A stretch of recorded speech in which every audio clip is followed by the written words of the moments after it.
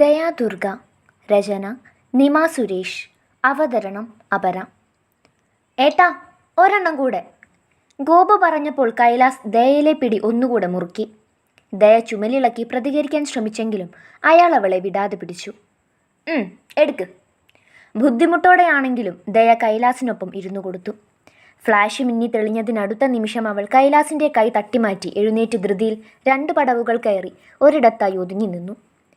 കൈലാസിൽ നിന്നും ശാരീരികമായൊരകലം, അതായിരുന്നു അവളുടെ ആവശ്യം. ദയയുടെ ഒഴിഞ്ഞുമാറ്റം കൈലാസിനെ പോലെ ഗോപികയും ശരണും ശ്രദ്ധിക്കുകയുണ്ടായി. ഞാൻ പോകുക. എന്നത്തെയും പോലെ മുഖം കുനിച്ച് 2 വാക്കുകളിൽ സംഭാഷണം ഒതുക്കി ദയ പടിക്കെട്ടുകൾ ഓടിക്കയറി തിരികെ വീട്ടിലേക്ക് നടന്നു. ഗോപിക പല ഒരു വിളിച്ചെങ്കിലും ദയൊന്ന് പിന്തിരിഞ്ഞു നോക്കാൻ പോലും കൂട്ടാക്കിയില്ല. ഈ കുട്ടി എന്താ ഇങ്ങനെ? ശരൺ ശബ്ദം താഴ്ത്തി ഗോപികയോട് നോക്കി ചോദിച്ചു. എനിക്കറിയില്ല, ഒരു പ്രത്യേക സ്വഭാവമാണ് അവൾക്ക്. ഗോപികയുടെ സ്വരത്തിൽ നിരാശ. കൈലാസിൻ്റെ മുഖവും മ്ലാനമായിരുന്നു. അയാൾക്ക് ദയയോട് അടുക്കണമെന്നുണ്ട്. കൽപ്പടവുകളിൽ അവളോട് ചേർന്നിരുന്ന് വാതോരാതെ സംസാരിക്കണമെന്നും പ്രണയം പങ്കിടണമെന്നുമുണ്ട്.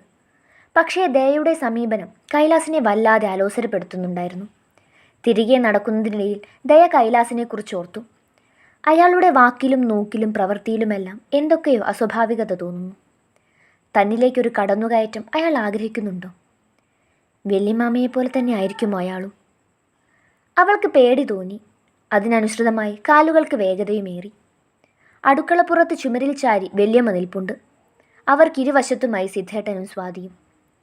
ഇന്നൊരംഗം ഉറപ്പാണ്. 2 ദിവസം മുൻപ് ഇനി ഗോപികയുടെയോ കണ്ണേട്ടൻ്റെയോ കൂടെ തന്നെ കണ്ടുപോകരുതെന്ന മുന്നറിയിപ്പ് സ്വാതിയുടെ വക കിട്ടിയിരുന്നു.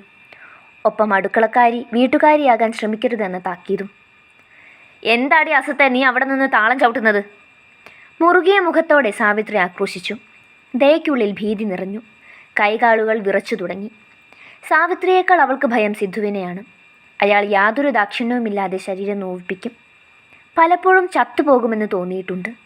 പക്ഷെ മരണത്തിൻ്റെ വക്കിലെത്തുമ്പോൾ ജീവിതത്തിലേക്ക് പിടിച്ചു കയറ്റും. അത് തന്നോടുള്ള കാരുണ്യമോ സ്നേഹമോ അല്ല. ദയ ചത്തൊടുങ്ങിയ പിന്നെ കൈത്തരിപ്പ് തീർക്കാൻ മറ്റൊരു ശരീരം അമ്മയ്ക്കും മക്കൾക്കും ഈ വീട്ടിൽ കിട്ടില്ലല്ലോ. ഈ വീട്ടിലോ? ഈ ദേശത്തുണ്ടാകുമോ തന്നെപ്പോലെ നിവർത്തികെട്ടൊരു പെണ്ണ്? ഈ ഭൂമിയിലുണ്ടാകുമോ ഇത്രത്തോളം സഹനശക്തിയുള്ളൊരു പെണ്ണ്? ഉണ്ടാകില്ല. ചിന്തിച്ചു നിൽക്കിയ സിദ്ധാർത്ഥിൻ്റെ കൈവിരലുകൾ ദയയുടെ മുടിയിൽ മുറുകി. നിന്നോട് പറഞ്ഞതല്ലേ അവർക്കൊപ്പം നിന്നിനി കണ്ടുപോകരുതെന്ന്. ദയയെ അന്വേഷിച്ചെത്തിയ ഗോപിക സിദ്ധാർത്ഥിൻ്റെ ഗാംഭീര്യമാർന്ന സ്വരം ശ്രവിച്ച് ഒരു വേള നിന്നു. അയാൾ ദയയെ ഉപദ്രവിക്കുകയാണെന്ന് മനസ്സിലായതും അവൾ അവർക്കരികിലേക്ക് പാഞ്ഞു. സിദ്ധാർത്ഥേട്ടാ! ഗോപിക ശാസനയോടെ ഉറക്കെ വിളിച്ചു. സിദ്ധാർത്ഥ് ദയയിൽ നിന്നും കൈകൾ വേർപ്പെടുത്തി ഈർഷ്യയോടെ ഗോപികയെ നോക്കി. ഗോപികയുടെ മുഖം ക്രോധത്താൽ ചുമന്നിരുന്നു. നിങ്ങൾ ആരെവൾ ഉപദ്രവിക്കാൻ? അവൾ കൂസലേതും കൂടാതെ തൻ്റെ ഇടത്തോടെ അയാൾക്ക് നേരെ ശബ്ദമുയർത്തി. സിദ്ധാർത്ഥിൻ്റെ കണ്ണുകൾ മിഴിഞ്ഞു. ഗോപികയിൽ നിന്നും അത്തരമൊരു നീക്കമോ നേർക്കുനേർ നിന്നൊരു ചോദ്യമോ അയാൾ പ്രതീക്ഷിച്ചിരുന്നില്ല. മോളെ, ഇവിടെ ഒരുപാട് ജോലിയുള്ളപ്പോൾ ഇവള്... സാവിത്രി മകന് വക്കാലത്തുമായി എത്തി. വല്യമ്മയോട് ഞാൻ പറഞ്ഞിട്ടുണ്ട്, ദച്ചു വീട്ടിലെ ബാല്യക്കാരി അല്ലെന്ന്. ഞാനാ ദച്ചുവിനെ ഞങ്ങൾക്കൊപ്പം കൂട്ടിയത്. ആർക്കെങ്കിലും എന്തെങ്കിലും ദേഷ്യമുണ്ടെങ്കിൽ അതെന്നോട് പറഞ്ഞു തീർക്കാം. മനസ്സിലായോ? മറുപടിയായി ആരുമൊന്നും മിണ്ടിയില്ല. വാ ഇങ്ങോട്ട്. മൂകമായി തലകുനിച്ച് നിൽക്കുന്ന ദയയെ പിടിച്ച് വലിച്ചവൾ അകത്തളത്തിലേക്ക് കയറി പിന്നീട് പിന്തിരിഞ്ഞ് എല്ലാവരെയും ഒന്ന് നോക്കി. ഇനി മുതൽ ദച്ചു വീട്ടിൽ അടുക്കളയിൽ കയറുമെന്ന് ആരും പ്രതീക്ഷിക്കണ്ട. ആരും. അവസാന വാചകം അത്രയേറെ ഉറപ്പോടെ വാശിയോടെ അവൾ സാവിത്രിയെ നോക്കി പറഞ്ഞ് ദയയുമായി മുന്നോട്ട് നടന്നു. മുറിയിൽ പ്രവേശിച്ച ഉടനെ വാതിൽ പൊളികൾ വലിച്ചടച്ച് ഗോപിക ദേഷ്യത്താൽ ദയയെ നോക്കി. ശേഷം ഒന്നും മിണ്ടാതെ അടുത്തുള്ള കസേരയിലേക്കിരുന്ന് മിഴികൾ മൂടി. ദയ ഗോപികയെ തന്നെ ഉറ്റുനോക്കി ഒരേ നിൽപ്പ് നിന്നു. അവൾക്ക് ഗോപികയോട് എന്തൊക്കെയോ സംസാരിക്കണമെന്നുണ്ട്. പക്ഷേ എവിടെ തുടങ്ങുമെന്നോ എങ്ങനെ പറയുമെന്നോ എന്താണ് പറയേണ്ടതെന്നോ തുടങ്ങി ഒരുപാട് സംശയങ്ങൾ. ബുദ്ധിയുറച്ച പ്രായം മുതൽ ആരോടും ഉള്ളിലുള്ളതൊന്നും തുറന്നു പറഞ്ഞിട്ടില്ല. കേൾക്കാനായി ഈ വീട്ടിലാരും ശ്രമിച്ചിട്ടുമില്ല. എന്താ ദയ നിന്റെ പ്രശ്നം?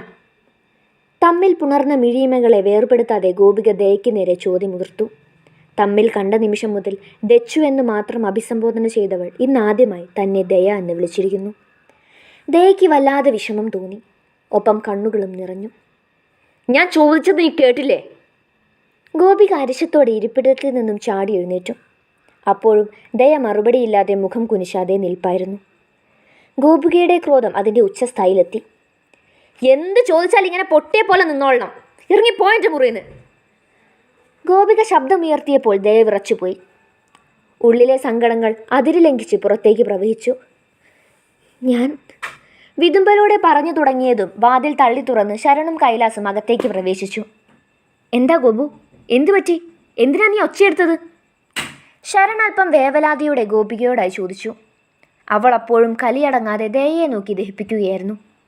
ഗോപികയുടെ കണ്ണുകളെ നേരിടാനാകാതെ ദയ മെല്ലെ മുറിയിൽ നിന്നും പുറത്തേക്ക് നടന്നു. വേഗതയിൽ കോണിപ്പടികൾ ഓരോന്നായി ഇറങ്ങി തൻ്റെ മുറിക്ക് മുമ്പിലെത്തിയപ്പോൾ വാതിൽക്കൽ രവീന്ദ്രൻ നിൽക്കുന്നു. അയാൾ ദയയെ നോക്കി പുഞ്ചിരിച്ചു. വാമോളെ, വല്യമ്മാമയ്ക്ക് നിന്നോട് ലേശം സംസാരിക്കാനുണ്ട്. ദയ ഇല്ലെന്ന് തലയാട്ടി പിന്തിരിഞ്ഞോടാൻ തുനിഞ്ഞതും ധാവണിശീലത്തുമ്പിൽ അയാളുടെ പിടി വീണു. ഈ വല്യമ്മാമയുടെ കയ്യിൽ നിന്ന് ദയക്കുട്ടി രക്ഷപ്പെടില്ലെന്നറിഞ്ഞൂടെ? അയാൾ അവളെ വലിച്ച് തൻ്റെ ദേഹത്തോട് ചേർത്ത് നിർത്തി ഇറുകെ പുണർന്നു. കൈയെടുക്കടാ ചേറ്റെ! ക്രോധത്തോടെ ഉറക്കെ അലറിയവൾ കൈമുട്ടിനാൽ അയാളുടെ വയറിൽ ആഞ്ഞൊരു പ്രഹരമേൽപ്പിച്ച് ശേഷം ഇടനാഴിയിലേക്ക് തള്ളി. രവീന്ദ്രൻ നിലത്തേക്ക് മലർന്നടിച്ചു വീണു. ദയയുടെ പ്രഹരമേൽപ്പിച്ച കഠിനമായ വേദനയിൽ അയാൾക്കൊന്ന് എഴുന്നേറ്റ് നിൽക്കാൻ പോലും കഴിയുന്നുണ്ടായിരുന്നില്ല. മാറിൽ നിന്നും ഊർന്നുപോയ ധാവണിശീല മുറുകെ ചുറ്റിയവൾ രവീന്ദ്രനെ നോക്കി. പെട്ടെന്നുള്ള പ്രേരണയിൽ ചെയ്തു പോയതാണ്. അയാൾ എഴുന്നേൽക്കും മുമ്പേ രക്ഷപ്പെടണം, ഇല്ലെങ്കിൽ ഇനിയൊരു അതിജീവനം അസാധ്യമായിരിക്കും. ദയ ഉടനടി മുറിക്കുള്ളിലേക്ക് കയറി വാതിൽ പൊളികൾ അടച്ചു കുറ്റിയിട്ടു. നിന്നെൻ്റെ കയ്യിൽ കിട്ടും, കുറിച്ച് വെച്ച നീ. രവീന്ദ്രൻ വാതിൽ പൊളിയോട് ചേർന്ന് നിന്ന് ശബ്ദം താഴ്ത്തി ദയയ്ക്ക് മുന്നറിയിപ്പ് നൽകി. അവൾക്ക് പതിവ് പേടി തോന്നിയില്ല. പകരം അയാളിൽ നിന്നും രക്ഷപ്പെട്ടല്ലോ എന്നോർത്ത് ആശ്വാസം തോന്നി. നിമിഷങ്ങൾ കടന്നപ്പോൾ വാതിൽ പൊളിയിൽ ആരുടെയോ അമർത്തിയുള്ള കൊട്ട് കേട്ടു. ഇതുവരെ ഇല്ലാതിരുന്ന ഭയം ദയയിൽ വീണ്ടും ഉടലെടുത്തു. വല്യമ്മാമയായിരിക്കുമോ? ദയ വാതിലിനരികിലേക്ക് ചേർന്ന് നിന്ന് വെളിയിലേക്ക് കാതോർത്തു. ആരാ? ഗോപുവാ. ആശ്വാസത്തിൻ്റെ പ്രതീകമായി ദയയിൽ നിന്നും ഒരു നെടുവീർപ്പുയർന്നു. അവൾ വേഗത്തിൽ വാതിൽ തുറന്നതും ഗോപിക അകത്തേക്ക് കയറി ദയയെ കെട്ടിപ്പുണർന്നു. ആദ്യമായിട്ടാണ് അറപ്പും വെറുപ്പും കൂടാതെ ഒരാൾ തന്നെ ചേർത്ത് നിർത്തുന്നതെന്ന് ദയ ഓർത്തു.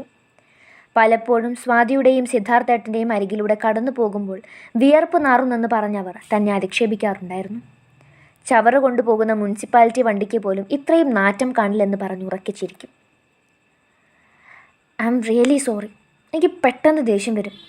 സിദ്ധാർത്ഥേട്ടൻ എന്നെ വേദനിപ്പിക്കുന്നത് കണ്ടപ്പോൾ എനിക്ക്. പിന്നെ നീ ഒന്നും മിണ്ടാതെ, അതാ ഞാൻ. ഇടർച്ചയോടെ വാക്കുകൾ പെറുക്കി കൂട്ടി ഉരുവിടുമ്പോൾ ഗോപികയുടെ കണ്ണുനീർ ദയയുടെ ചുമലിലേക്ക് ഇറ്റിട്ട് വീണു. തനിക്ക് വേദനിക്കുമ്പോൾ മറ്റൊരാൾക്കും വേദന തോന്നുന്നു. അതിനർത്ഥം താനും സ്നേഹിക്കപ്പെടുന്നു, പരിഗണിക്കപ്പെടുന്നു. ആദ്യമായി ഉള്ളിലുറഞ്ഞ സന്തോഷത്താൽ ഗോപികയെ തിരിച്ചു പുണരാൻ പോലും ദയയുടെ കൈകൾ ഉയർന്നില്ല.